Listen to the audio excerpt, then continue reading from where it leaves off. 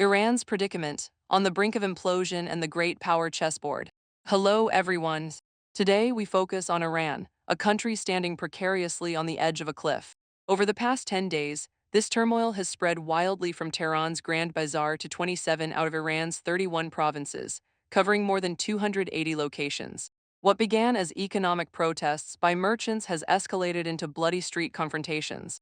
The crackle of gunfire, the roar of arson, and the silence after a nationwide internet shutdown intertwine, exposing not just a livelihood crisis, but the structural collapse of the theocratic system and the cruel reality of geopolitical games in the Middle East. Next, we will peel back the layers of this chaos to understand Iran's past, present, and future. First, let's look at the current situation. A wildfire ignited by currency collapse is devouring Iran's social order. On December 28, 2025, merchants at Tehran's Grand Bazaar went on a collective strike due to the plummeting rial. No one expected this to become the trigger for a nationwide uprising. In just 1 week, protest waves swept the country, with demands shifting rapidly from economic appeals like stabilize the exchange rate and curb inflation to political cries of overthrow the theocracy. Some even waved flags of the Pahlavi dynasty and shouted the radical slogan "Death to the Islamic Republic." As of January 9, casualties from clashes and the intensity of crackdowns have continued to rise. According to multiple verifications, violent demonstrations have left at least 39 people dead and more than 2260 arrested. This includes 2 police officers killed in conflicts in the southwestern Chaharmehel and Bakhshiri province, and 1 officer sacrificed in the western Ilim province. Since last Thursday, Iranian authorities have launched a nationwide internet shutdown, dubbed their largest ever internet blackout, in an attempt to cut off communication among protesters. The Islamic Revolutionary Guard Corps, IRG, and Basij militia have taken to the streets fully armed, with tear gas, water cannons, and even live ammunition becoming standard tools for maintaining stability. More outrageously, security forces have stormed hospitals, arresting injured protesters, their families, and forcibly removing bodies, all to prevent people from holding mourning events, turning sacred spaces of healing into an extended battlefield of repression. But such high-pressure tactics have only fueled public anger further. Iran's annual inflation rate has soared to 52%, food prices in December 2025 jumped 72% year-on-year, and medical supplies have risen by 50%. A bag of flour now costs what 3 days' worth of rations used to, and civil servants' monthly salaries, barely over $100, can only cover basic food expenses. Ordinary cold medicine has become a luxury. Public anger has long surpassed fear. Today's Iran is far from a simple riot. It is a systemic crisis threatening the regime's survival. Some call this an accidental economic turmoil, but that's far from the truth. The outbreak of this crisis is the total eruption of 3 long-standing malaises, each fuse having been laid long ago. First, the slow death of the economy. Iran's economic predicament, on the surface a currency devaluation, is at its core a triple strangulation of sanctions, policy imbalance, and governance failure. Since the United States withdrew from the Iran nuclear deal and reimposed comprehensive sanctions, Iran's oil exports have been halved, foreign exchange reserves depleted, and the livelihood system once supported by oil revenues has completely collapsed. The exchange rate collapse has reached catastrophic levels. In 2015, during the JCPOA era, $1 exchanged for 32,000 rials. By January 6, 2026, that figure plummeted to 1.46 million rials per dollar. And by January 8, the free market rate had neared 1.5 million rials to the dollar, an enormous gap from the official rate of 42,000 rials per dollar.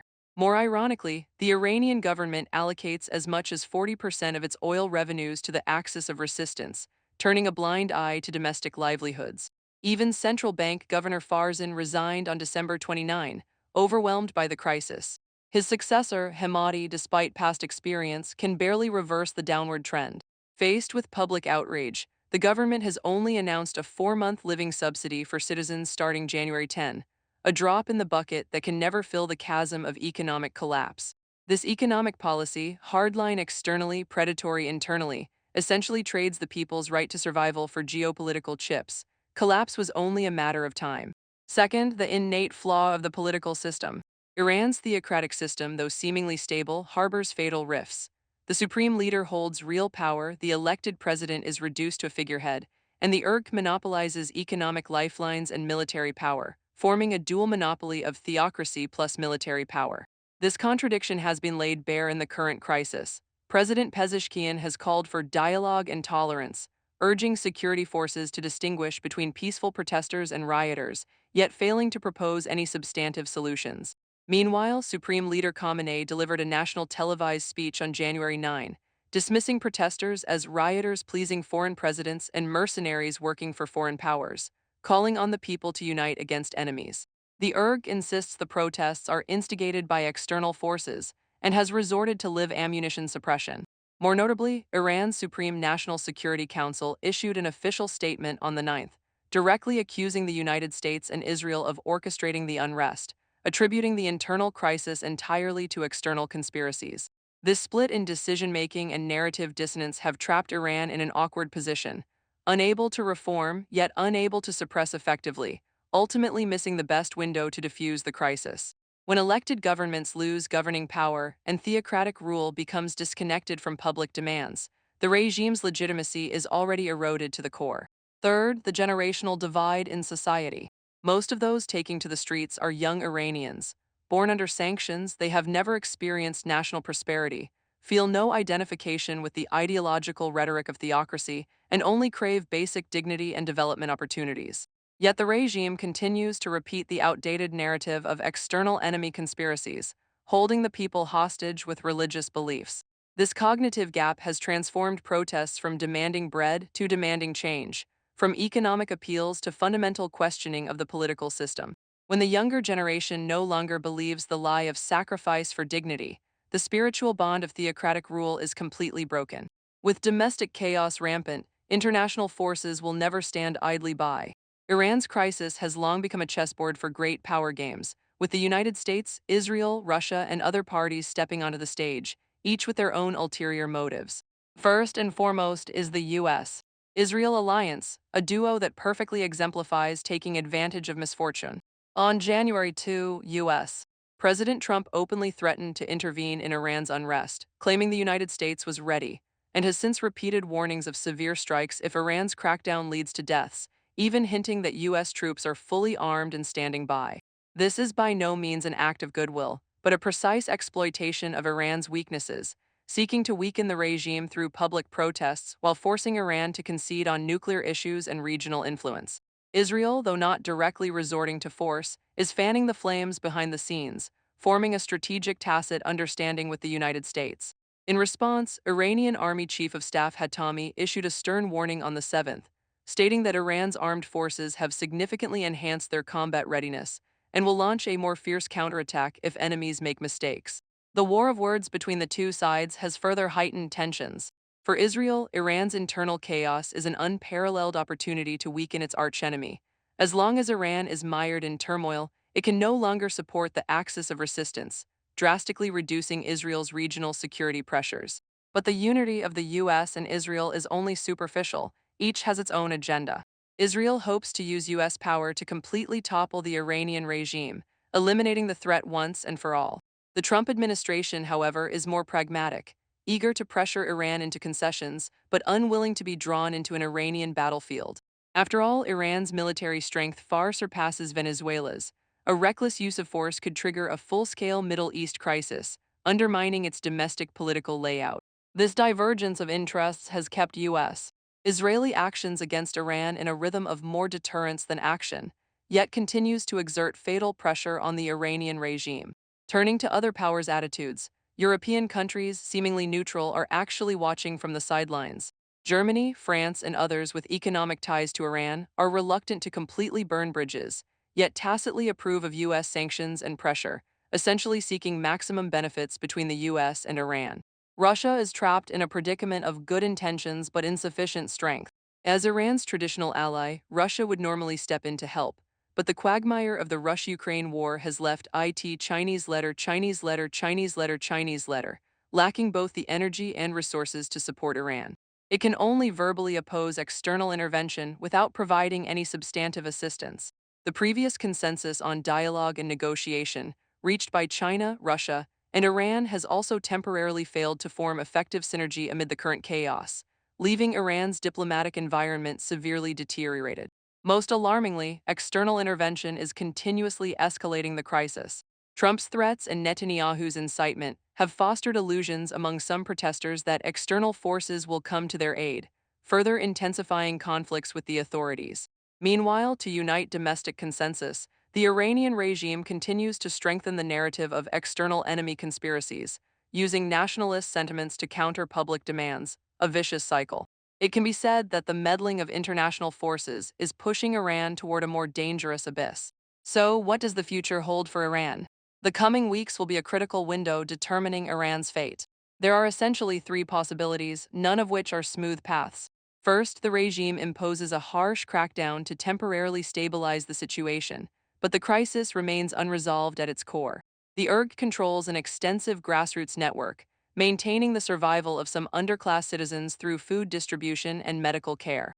If it deploys all its military force to suppress protests, it may temporarily quell the unrest. However, such high-pressure rule will only deepen public resentment. Economic woes and political contradictions will remain unresolved, inevitably leading to more violent crises in the future. Furthermore, a large-scale bloody crackdown could trigger U.S. military intervention, plunging Iran into an impasse of internal and external troubles, and increasing the risk of regime collapse. Second, the regime makes compromises and reforms to seek a way out. For example, accepting some U.S. Israeli demands in exchange for the lifting of sanctions, focusing on improving people's livelihoods, while adjusting the internal power structure, expanding the governing power of the elected government to ease tensions with the public. But this possibility is extremely slim. Conservatives and the ERG will never give up their vested interests, and the supreme leader can never shake the foundation of theocratic rule. Moreover, U.S. Israeli demands will only grow, and concessions would reduce Iran to a great power vassal, losing regional influence and completely eroding the regime's legitimacy. For the Iranian regime, compromise may be a dead end, while suppression at least allows it to linger on. Third, the situation spirals out of control, leading to regime change. If the crackdown triggers a military mutiny, or if protest waves continue to expand beyond the ERG's control, Iran may witness a second revolution, the overthrow of the theocracy, or even the restoration of the Pahlavi dynasty. But regime change does not equate to peace. Iran is plagued by complex ethnic conflicts and factional divisions. A power vacuum could easily lead to civil strife. External forces like the US and Israel will inevitably intervene, supporting proxies and dividing Iran's interests, reducing this Middle Eastern power to a victim of geopolitical games. The people's lives will only become more miserable. In essence, Iran's predicament stems from the disconnection between theocracy and modern livelihoods, the imbalance between geopolitical ambitions and national strength, and the resonance of external sanctions and internal decay. This crisis confirms a simple yet profound truth: people's livelihoods are the ultimate politics. When a regime ignores the basic survival demands of its people, wasting resources on endless geopolitical confrontations and power monopolies, even the strongest ideological fortress will eventually be washed away by the tide of hunger and anger. For the Middle East, Iran's turmoil is by no means an isolated incident. It will directly affect regional strategic balance, alter relations between the U.S. Israel alliance and Arab countries, and even trigger energy crises and nuclear proliferation risks. For us, understanding Iran's predicament reveals a crucial lesson. A nation's stability depends not only on pragmatic governance and balanced diplomacy, but also on respect for the people's interests. Iran's future lies not in the hands of gods, nor on the chessboards of external forces, but in the choices of the Iranian people themselves. Yet this choice is destined to be accompanied by pain and sacrifice, and the outcome remains uncertain. All we can do is continue to pay attention, and from this chaos, understand the eternal game between power and people's livelihoods. That's all for today. Thank you for listening, and we'll see you next time.